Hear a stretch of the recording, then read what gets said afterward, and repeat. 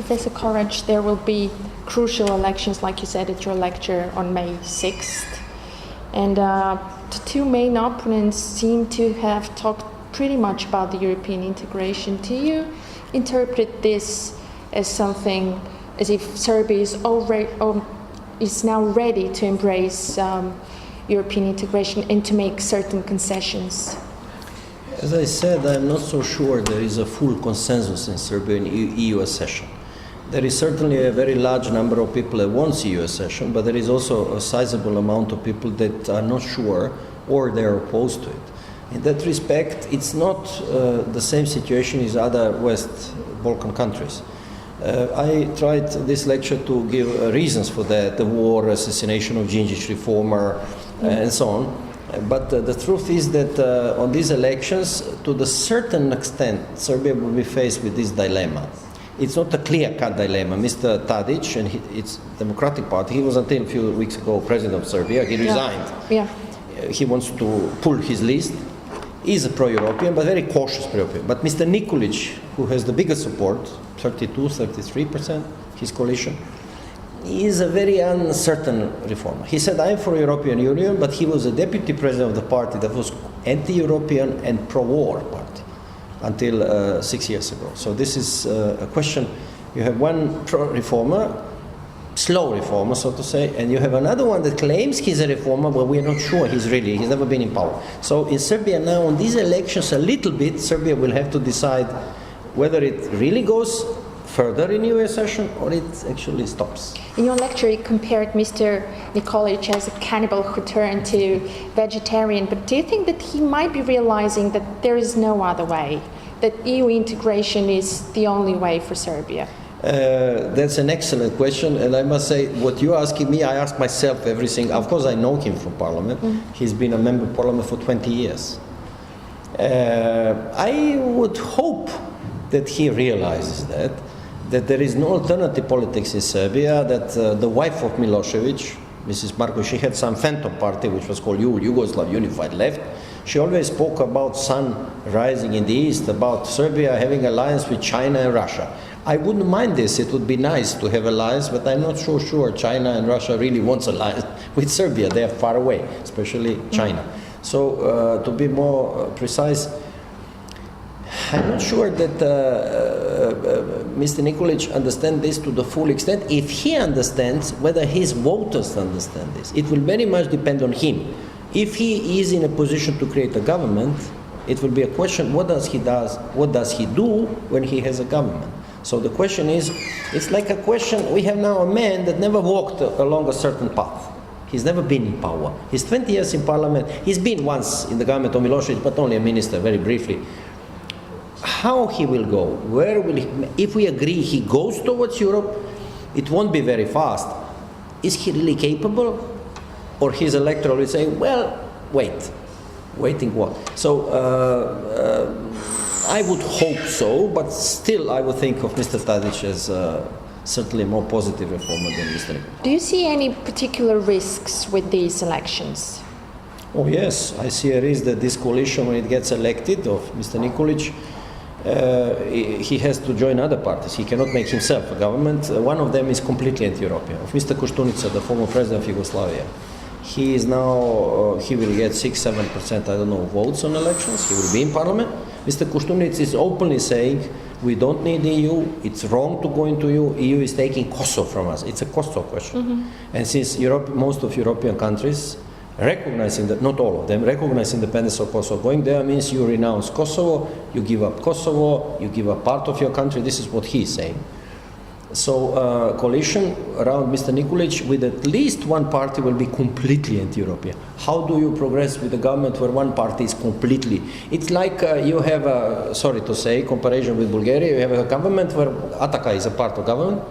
Okay, you don't need to be sorry. Obviously, we are all not evolved enough in the Balkans. But if it's a party. Right. It has voters, democracy. But if it is in the government, the question is you have a one pro-European party, and you have another one is anti-European. How does it function? And this is a big question to all of us in Serbia. Well, it's a very good example that you said, because this is precisely what was the issue in Bulgaria, because Ataka was actually supporting the government, although they were not officially in a coalition. So maybe this is possible in Serbia too. That's an interesting question, but yes, that's a good way for the party to say, well, we are not renouncing our Precisely. program, Yeah. but we are helping the country. But that also needs maturity on the part of the small party. We in Serbia have parties that are now encouraged by phenomena in neighboring countries, let's say like in Bulgaria I mentioned, but let's say in Hungary with Jobbik, you have more and more parties that are quite anti-European, actually, at least for some values of Europe they stand on. And in Serbia have similar situation where these parties say, and to add, they bombed us, NATO, in 1999, we were bombed, more than 1,000 people died, Serbia was destroyed, bridges, factories and so on, a lot of factories were destroyed, and that produced military hardware, and they say, why do we need to go there? So it's more appealing in Serbia to be anti-European, and also one of the reasons is that Europe also is now consumed with its internal problems and is really paying much attention to our region. Right. And how do you read President Tadić's decision to stand for elections 10 months earlier? I once called this a calculated gamble. He could stay in power, but he resigned in order to, we say this in politics, to pull the list. Right. The reason is very simple. The same is in Bulgaria, is everywhere. If you have him as a name candidate for presidency, and we have for parliamentary election the same name in the party, it's not typical for a man to vote for him as president and against his party. Right. You usually vote for the same name on two lists. Very few people actually make this very fine distinction, like you have a Bulgarian politician, he is good for prime minister or government, but he's not good for... Usually this is very fine difference, is not typically. So he calculated gamble, he thinks, and opinion polls show this, that he's correct, that if he is on a list for president, he will give more votes to his list in parliamentary elections, possibly to make a government. Is it possible that he made this choice also because the decision in Serbia to be granted candidate status was very recent, so he could gain much support because of this? Exactly, because of this, very little they can show. The standard of living is really poor. There's more and more unemployment in these 4 years. The figures he could show are not very good. So he's basically trying, we say, capitalize on the fact that we got a candidate status. Yes. And do you think that, because Kosovo, you said that it was an issue, although not a major one, but do you think that depending on the outcome of the elections, there's a risk the Pristina-Belgrade dialogue could be blocked again? If you want to speculate in a negative way, some radicals even in Kosovo, meaning on Albanian side, might think that if Mr. Nikolic is elected as president, he has a government, it's a good moment to create more chaos in Kosovo with Serbs. Because unlike Mr. Tadić, who was a Democrat all his political life, Mr. Nikolic was a hardline chauvinist and nationalist, deputy of Šešelj. And he would have no credibility if he turns to Europe and says, we are not responsible. Everyone says, this is you probably started something there. So you have this kind of negative thinking that sometimes happens in politics. He might be cornered because of his own words. He recently said, but it's very abstract, but he said, if they would face me with the dilemma, EU or Kosovo, I will choose Kosovo. But he was careful to say, if I am presented with this dilemma. Nobody in European Union is presenting him with this dilemma at the moment.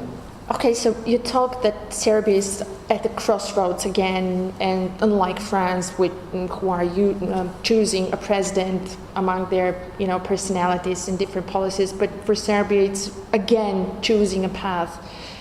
When do you think Serbia would change to that extent to start debating on policies, on different issues, on the future? That's a difficult question.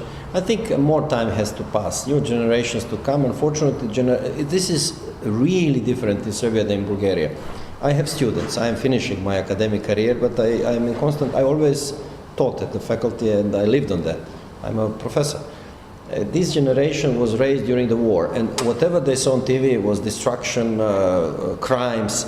They see this Hague Tribunal as humiliation to the Serb nation, because most of accused there are Serbs, 50%. All elite political Milosevic is there, 2 heads of general staff, 2 presidents of Yugoslavia, the head of police, the head of state security, and so on. They all try their sentence or will be sentenced, and they are very resentful. And they, Baudelaire, the great French poet, once has a collection of poems called Fleur de Mal, the flower of evil. And the flower of evil grew up in Serbia. These poor children, they grew up in war. I will give you one example, not known, not even in Bulgaria, although this is a neighboring country, and by the fact that you and the language is similar, you know more about Serbia than somebody in Norway. At one point, Serbia is like Bulgaria, 7 million people. Right. Serbia at one point had 700,000 refugees from Croatia, Bosnia, and Kosovo. 9% of population of Serbia, nobody, even you are not aware, 9% were refugees. Mm-hmm. And you have these refugees, children there, they lost their homes. It's unimportant whether the Serbs started the war, but the consequence is they have no home. And this creates a horribly complex internal atmosphere in Serbia. So our accession to EU, democratization, has much more options than, let's say, Bulgaria one. Was easy compared to ours. And our politicians also had to deal with too many problems at the same time. I'm advocating a more radical approach. Zoran Đinđić is famous. He had these quotes. He once said, if you have to eat frogs, live frogs, always start with the biggest one.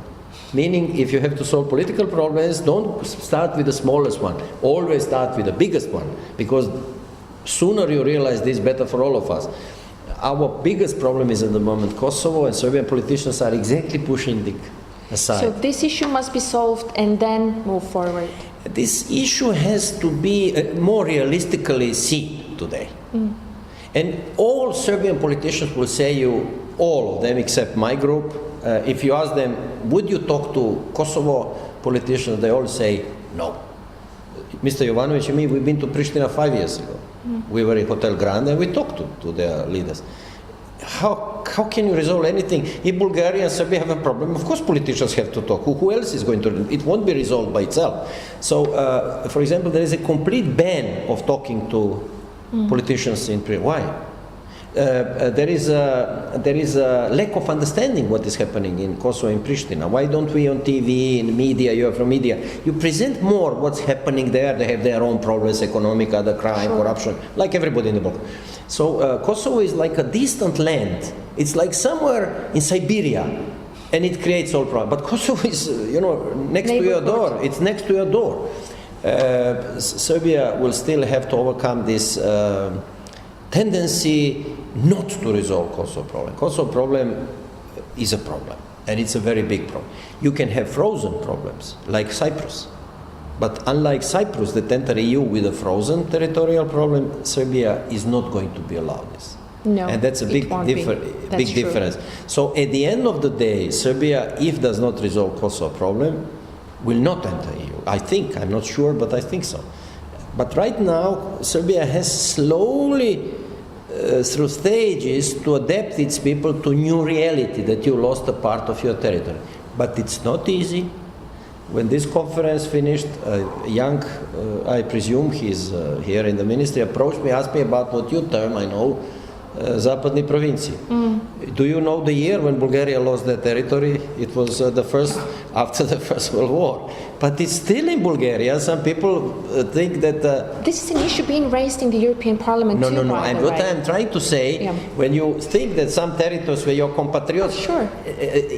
But it always gives a chance to politicians that do not want progress to keep this question and say, okay, so we have a problem, let's keep this country in track, do not allow anything unless there is or you in a positive way enter a debate where this problem have to be resolved. Of course, all minority problems have to be resolved. This is, all wars in Europe started with minority problems. If I may say, the Second World War started with dancing problem, dancing choreo, meaning German minority in Poland. This was a casus belli, the former reason. But this is how the Second World War started, by Germany attacking Poland because of the German minority in Gdańsk.